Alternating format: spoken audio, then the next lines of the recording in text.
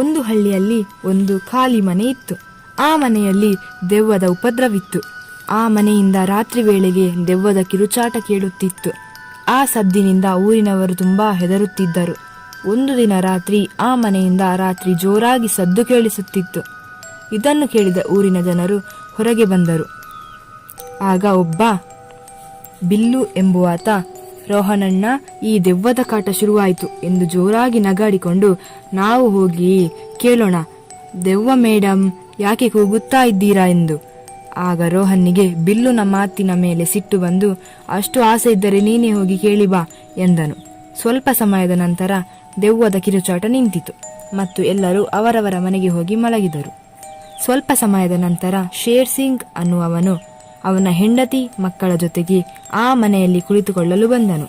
ಇದನ್ನು ನೋಡಿದ ಬಿಲ್ಲು ಅವರ ಹಿಂದೆಯೇ ಬಂದು ಅವರ ಬಳಿ ವಿಚಾರಿಸಿದನು. ಆಗ ಅವರು ಹೇಳಿದರು, ಹಾ ಹೌದು, ನಾವು ಇದೇ ಮನೆಯಲ್ಲಿ ಕುಳಿತುಕೊಳ್ಳಲು ಬಂದೆವು. ಮನೆ ಬಾಡಿಗೆಗೆ ಇದೆ ಎಂದು ಹೇಳಿದರು. ಅದಕ್ಕೆ ನಾವು ಅದನ್ನು ತೆಗೆದುಕೊಂಡೆವು ಎಂದು ಹೇಳಿದನು. ಇದನ್ನು ಕೇಳಿದ ಬಿಲ್ಲು ಅವರಿಗೆ ಏನನ್ನೂ ಹೇಳದೆ ಅಲ್ಲಿಂದ ಹಿಂತಿರುಗಿ ಹೋದನು. ಇದನ್ನು ನೋಡಿದ ಶೇರ್ ಸಿಂಗ್ ಮತ್ತು ಚಂಪಾಳಿಗೆ ತುಂಬಾ ಆಶ್ಚರ್ಯವಾಗುತ್ತದೆ ಮತ್ತು ಅವರು ಸೀದಾ ಮನೆಯೊಳಗೆ ಹೋಗಿ ಸುಂದರವಾದ ಮನೆಯನ್ನು ನೋಡುತ್ತಾರೆ. ಆಗ ಚಂಪಾಳಿಗೆ ತುಂಬಾ ಖುಷಿಯಾಯಿತು. ಅರೆ, ತುಂಬಾ ಸುಂದರವಾಗಿದೆ ಈ ಮನೆ, ನಿಮ್ಮನ್ನು ಮೆಚ್ಚಲೇಬೇಕು ಎಂದು ಹೇಳಿದಳು. ನಿಜವಾಗ್ಲೂ ತುಂಬಾ ಖುಷಿಯಾಗುತ್ತಿದೆ, ನನ್ನ ಎಲ್ಲಾ ಆಸೆಗಳನ್ನು ಈ ಮನೆಯಲ್ಲಿ ನೆರವೇರಿಸುತ್ತೇನೆ ಎಂದು ತುಂಬಾ ಖುಷಿಯಿಂದ ಹೇಳುತ್ತಾಳೆ. ಆಗ ಶೇರ್ ಸಿಂಗ್, ಅಯ್ಯೋ ಚಂಪಾ, ತೆಗೆದುಕೊಳ್ಳುವುದಾದರೆ ತಾಜ್ ಮಹಲನ್ನೇ ತೆಗೆದುಕೊಡುತ್ತಿದ್ದೆ, ಈ ಮನೆ ಯಾವ ಲೆಕ್ಕ ಎಂದು ನಗಾಡಿಕೊಂಡು ಹೇಳಿದನು. ಮತ್ತು ಆ ರಾತ್ರಿ ಶೇರ್ ಸಿಂಗ್, ಚಂಪಾ ಎಲ್ಲರೂ ಮಲಗಿದರು. ಅದೇ ಹೊತ್ತಿಗೆ ಆ ದೆವ್ವದ ಕಿರುಚಾಟ ಶುರುವಾಯಿತು. ಆಗ ಚಂಪಾಳಿಗೆ ಎಚ್ಚರಿಕೆ ಆಯಿತು ಮತ್ತು ಅವಳು ತನ್ನ ಗಂಡನಾದ ಶೇರ್ ಸಿಂಗ್ನನ್ನು ಎಬ್ಬಿಸತೊಡಗಿದಳು. ಅಯ್ಯೋ ರೀ ಎದ್ದೇಳಿ, ಇದು ಯಾವುದೋ ದೆವ್ವದ ಕಿರುಚಾಟದಂತೆ ಕೇಳುತ್ತಾ ಇದೆ, ತುಂಬಾ ಹೆದರಿಕೆಯಾಗುತ್ತಿದೆ, ಹೇಳಿ ಎಂದು ಎಬ್ಬಿಸತೊಡಗಿದಳು. ಆಗ ಶೇರ್ ಸಿಂಗ್ನು, ಅಯ್ಯೋ ನನಗೇನು ಗೊತ್ತು ಎಲ್ಲಿಂದ ಆ ಶಬ್ದ ಬರುತ್ತಿದೆ ಎಂದು, ನೀನು ಇಲ್ಲಿಗೆ ಕುಳಿತುಕೊಳ್ಳು, ನಾನು ಹೋಗಿ ನೋಡಿಕೊಂಡು ಬರುತ್ತೇನೆ ಎಂದು ಅಲ್ಲಿಂದ ಸೀದಾ ಒಳಗೆ ಹೋಗಿ ನೋಡಿದನು. ಅಲ್ಲಿ ಒಂದು ಕೋಣೆಗೆ ಬೀಗ ಹಾಕಿತ್ತು. ಆ ಕೋಣೆಯಿಂದ ಆ ಕಿರುಚಾಟದ ಧ್ವನಿಯು ಬರುತ್ತಾ ಇತ್ತು. ಅಷ್ಟರಲ್ಲೇ ಚಂಪಾ ಕೂಡ ಅಲ್ಲಿಗೆ ಬಂದಳು. ಆಗ ಶೇರ್ ಸಿಂಗ್, ಅಯ್ಯೋ ಚಂಪಾ, ಆ ಧ್ವನಿಯು ಈ ಕೋಣೆಯಿಂದ ಬರುತ್ತಿದೆ, ಆದರೆ ಇಲ್ಲಿ ಬೀಗ ಹಾಕಿದೆ, ಈ ಬೀಗವನ್ನು ಒಡೆದು ನೋಡ್ಬೇಕಾ ಎಂದು ಕೇಳುತ್ತಾನೆ. ಆಗ ಚಂಪಾಳು, ಅಯ್ಯೋ ನನ್ನ ಗಂಡನೇ, ನಿನ್ನ ಹೆಸರು ಶೇರ್ ಸಿಂಗ್ ಮಾತ್ರ, ನೀನು ಶೇರ್ ಅಂದ ತಕ್ಷಣ ಸಿಂಹ ಏನಲ್ಲ ಎಂದು ಹೇಳಿ, ಇಲ್ಲಿಂದ ಹೋಗೋಣ, ಆ ಕೋಣೆಯು ಹಾಗೇ ಇರಲಿ ಎಂದು ಅವನನ್ನು ಕರೆದುಕೊಂಡು ಹೋದಳು.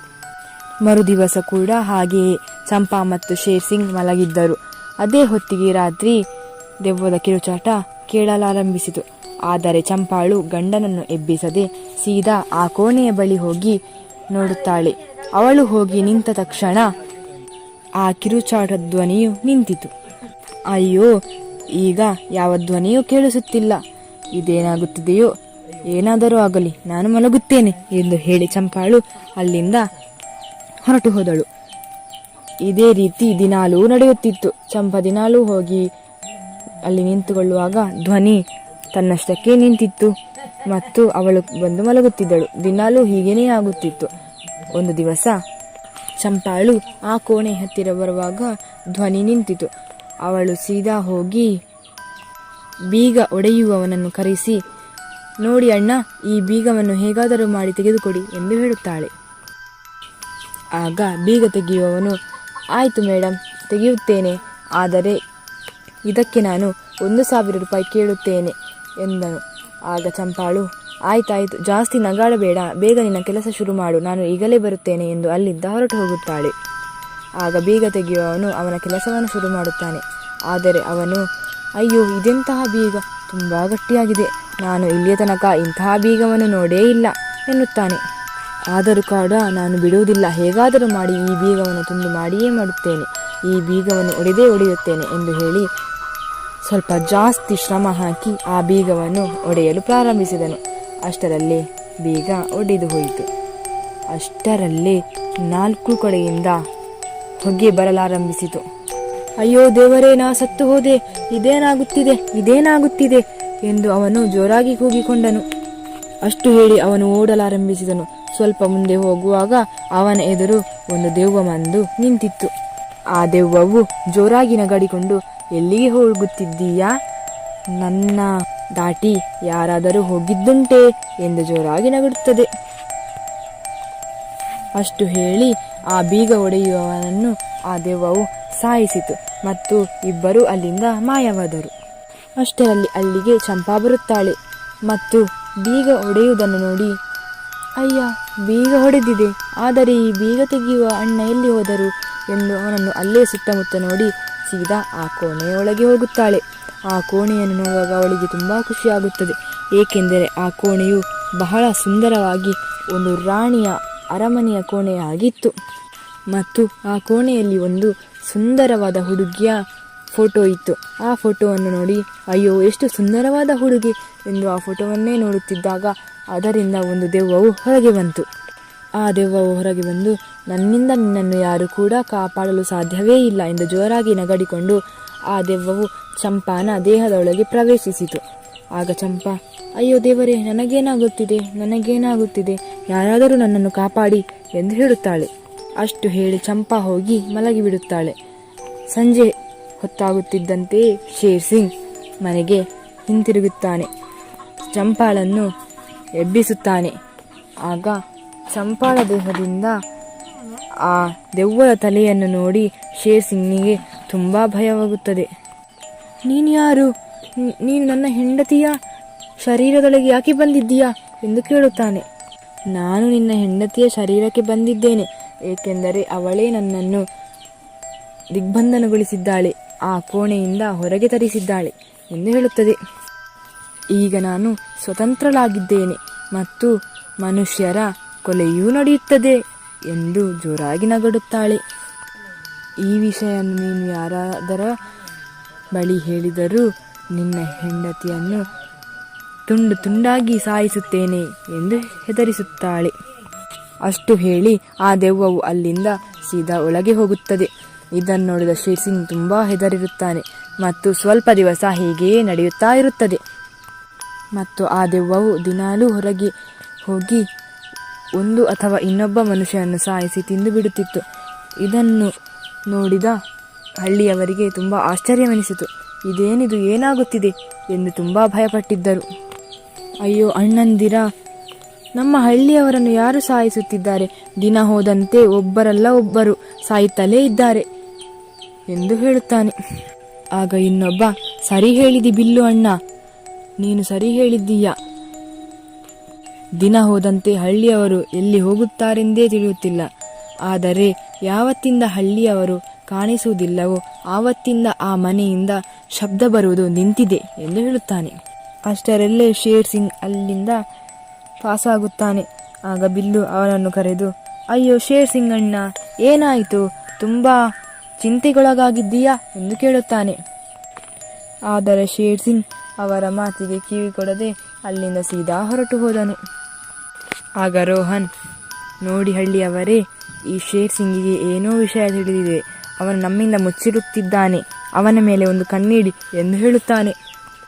ರೋಹನ್ ಮತ್ತು ಬಿಲ್ಲು ಅದೇ ದಿನ ರಾತ್ರಿ ಶೇರ್ ಸಿಂಗ್ನ ಮನೆಯ ಹಿಂಭಾಗದಲ್ಲಿ ಅವಿತು ಕುಳಿತರು. ಎಲ್ಲ ವಿಷಯವನ್ನು ಇಣುಕಿ ನೋಡುತ್ತಾ ಇದ್ದರು. ಅಷ್ಟರಲ್ಲಿ ಒಳಗಡೆಯಿಂದ ಶೇರ್ ಸಿಂಗ್ನ ಬಳಿ ಆ ದೆವ್ವವು ಬಂತು. ಆಗ ಶೇರ್ ಸಿಂಗ್, ಅಯ್ಯೋ ದೆವ್ವ, ನೀನು ಹಳ್ಳಿಯ ಕೆಲವು ಜನರನ್ನು ಸಾಯಿಸಿದ್ದೀಯ, ಇನ್ನಾದರೂ ನನ್ನ ಹೆಂಡತಿಯನ್ನು ಬಿಟ್ಟು ಬಿಡು ಎಂದು ಕೇಳಿಕೊಳ್ಳುತ್ತಾನೆ. ನಾವು ಈ ಮನೆಯನ್ನು ಬಿಟ್ಟು ಹೋಗುತ್ತೇವೆ, ದಯವಿಟ್ಟು ನನ್ನ ಹೆಂಡತಿಯನ್ನು ಬಿಟ್ಟು ಬಿಡು ಎಂದು ಹೇಳುತ್ತಾನೆ. ಅಷ್ಟು ಸುಲಭವಾಗಿ ಹೇಗೆ ಬಿಟ್ಟು ಕೊಡಲಾಗುತ್ತದೆ? ನನಗೆ ಇನ್ನೂ ಕೂಡ ತುಂಬ ರಕ್ತದ ರುಚಿ ನೋಡಬೇಕು, ತುಂಬ ವರ್ಷಗಳಿಂದ ಇದನ್ನೆಲ್ಲ ನೋಡಿಲ್ಲ ಎಂದು ಹೇಳುತ್ತದೆ. ಅಷ್ಟು ಹೇಳಿ ಆ ದೆವ್ವವು ಅಲ್ಲಿಂದ ಹೊರಟು ಹೋಗುತ್ತದೆ. ಇನ್ನೊಂದು ಕಡೆಯಿಂದ ಬಿಲ್ಲು ಮತ್ತು ರೋಹನ್ ಇದೆಲ್ಲವನ್ನೂ ಮೆಲ್ಲನೆ ನೋಡುತ್ತಾ ಇದ್ದರು. ಮತ್ತು ಮರುದಿವಸ ಶೇರ್ ಸಿಂಗ್ನ ಬಳಿ ಬಂದು ಎಲ್ಲ ವಿಷಯವನ್ನು ತಿಳಿಸುತ್ತಾರೆ. ಅರೆ ಶೇರ್ ಸಿಂಗ್ ಅಣ್ಣ, ನಾವು ನಿನ್ನೆ ಎಲ್ಲ ವಿಷಯವನ್ನು ಕೇಳಿದ್ದೇವೆ ಮತ್ತು ನಮ್ಮ ಕಣ್ಣಾರೆ ನೋಡಿದ್ದೇವೆ ಎಂದು ಹೇಳುತ್ತಾರೆ. ನೀನೇನು ಚಿಂತಿಸಬೇಡ, ಈ ದೆವ್ವಕ್ಕೆ ನಾವು ಹೇಗಾದರೂ ಮಾಡಿ ಬುದ್ಧಿ ಕಲಿಸುತ್ತೇವೆ. ಇದಕ್ಕೆ ನಮ್ಮ ಹತ್ರ ಒಂದು ಉಪಾಯ ಇದೆ ಎಂದು ಹೇಳುತ್ತಾರೆ. ನಾವು ಚಂಪಾ ಅತ್ತಿಗೆಯನ್ನು ಹೇಗಾದರೂ ಮಾಡಿ ಇದರಿಂದ ಬದುಕಿಸಲೇಬೇಕು. ನೀವು ನಮ್ಮ ಜೊತೆ ಬನ್ನಿ ಎಂದು ಶೇರ್ ಸಿಂಗ್ನನ್ನು ಅಲ್ಲಿಂದ ಕರೆದುಕೊಂಡು ಹೋಗುತ್ತಾರೆ. ಮತ್ತು ಬಿಲ್ಲು, ರೋಹನ್, ಶೇರ್ ಸಿಂಗ್ ಮೂವರು ಕೂಡ ಅಲ್ಲಿಂದ ಹೊರಟು ಹೋಗುತ್ತಾರೆ. ಸೀದಾ ಹೋಗಿ ಅವರು ಒಂದು ಋಷಿಯನ್ನು ಭೇಟಿಯಾಗುತ್ತಾರೆ ಮತ್ತು ನಡೆದ ಎಲ್ಲ ವಿಷಯವನ್ನು ತಿಳಿಸುತ್ತಾರೆ. ಆಗ ಋಷಿಯು, ಮಕ್ಕಳೇ, ಆ ದೆವ್ವವು ಬೇರೆ ಯಾರೂ ಅಲ್ಲ, ಆ ಮನೆಯ ಮಾಲೀಕನ ಮಗಳು. ಅವಳ ಆತ್ಮ ದೆವ್ವವಾಗಿ ಅಲೆದಾಡುತ್ತಾ ಇದೆ ಎಂದು ಹೇಳುತ್ತಾರೆ. ಆಗ ಶೇರ್ ಸಿಂಗ್, ಹೌದು ಋಷಿಗಳೇ, ಆದರೆ ನಾವೀಗ ಆ ದೆವ್ವವಿಂದ ಹೇಗೆ ಪಾರಾಗುವುದು ಎಂದು ಕೇಳುತ್ತಾನೆ. ಮಗನೇ, ನೀನು ಚಿಂತಿಸಬೇಡ. ನೀನು ಇವತ್ತೇ ಹೋಗಿ ಅವಳ ಕೋಣೆಗೆ ಹೋಗಿ ಅಲ್ಲಿ ಇರುವ ಅವಳ ಫೋಟೋವನ್ನು ಬೆಂಕಿಗೆ ಹಾಕು. ಆಗ ಆ ದೆವ್ವ ಕೂಡ ಅಲ್ಲಿಂದ ಹೊರಟು ಹೋಗುತ್ತದೆ ಎಂದು ಹೇಳುತ್ತಾರೆ. ನಿನ್ನ ಹೆಂಡತಿ ಚಂಪಾ ಕೂಡ ನಿನಗೆ ಸಿಗುತ್ತಾಳೆ ಮಗು ಎಂದು ಹೇಳುತ್ತಾರೆ. ಅಷ್ಟರಲ್ಲಿ ಬಿಲ್ಲು, ರೋಹನ್ ಮತ್ತು ಶೇರ್ ಸಿಂಗ್ ಅಲ್ಲಿಂದ ಹಿಂತಿರುಗಿ ತಮ್ಮ ಮನೆಗೆ ಬರುತ್ತಾರೆ. ಅಷ್ಟರಲ್ಲೇ ಅವರಿಗೆ ಆ ದೆವ್ವವು ಎದುರಿನಲ್ಲೇ ಸಿಗುತ್ತದೆ. ಆ ದೆವ್ವವು ಜೋರಾಗಿ ನಗಾಡಿಕೊಂಡು, ನೀವು ಮೂವರಿಗೂ ಗೊತ್ತಾಯಿತು ನನ್ನನ್ನು ಹೇಗೆ ಸಾಯಿಸುವುದೆಂದು ಎಂದು ಜೋರಾಗಿ ನಗಾಡುತ್ತದೆ. ನೀವು ನನಗೆ ಏನನ್ನೂ ಮಾಡಲು ಸಾಧ್ಯವಿಲ್ಲ ಎಂದು ಹೇಳಿ ಶೇರ್ ಸಿಂಗ್ ಮತ್ತು ರೋಹನ್ನ ಗಂಟಲಲ್ಲಿ ಹಿಡಿದು ಅವರಿಬ್ಬರನ್ನೂ ಸಾಯಿಸಲು ನೋಡಿತು. ಆಗ ಬಿಲ್ಲು ಅಲ್ಲಿಂದ ಓಡಿ ಹೋಗಿ ಆ ಫೋಟೋಕ್ಕೆ ಬೆಂಕಿ ಕೊಟ್ಟನು. ಅಷ್ಟರಲ್ಲಿ ಹೊರಗಡೆಯಿಂದ ಚಂಪಾಳ ದೇಹದಿಂದ ಆ ದೆವ್ವವು ಹೊರಗೆ ಬಂದು ತಾನು ಸುಡಲಾರಂಭಿಸಿದಳು ಮತ್ತು ಸ್ವಲ್ಪ ಸಮಯದ ನಂತರ ಅಲ್ಲೇ ಬೂದಿಯಾಗಿ ಬಿಟ್ಟಳು. ಎಲ್ಲ ಹಳ್ಳಿಯವರಿಗೆ ಆ ದೆವ್ವದಿಂದ ಸ್ವಾತಂತ್ರ್ಯ ಸಿಕ್ಕಿದಾಗೆ ಆಯಿತು.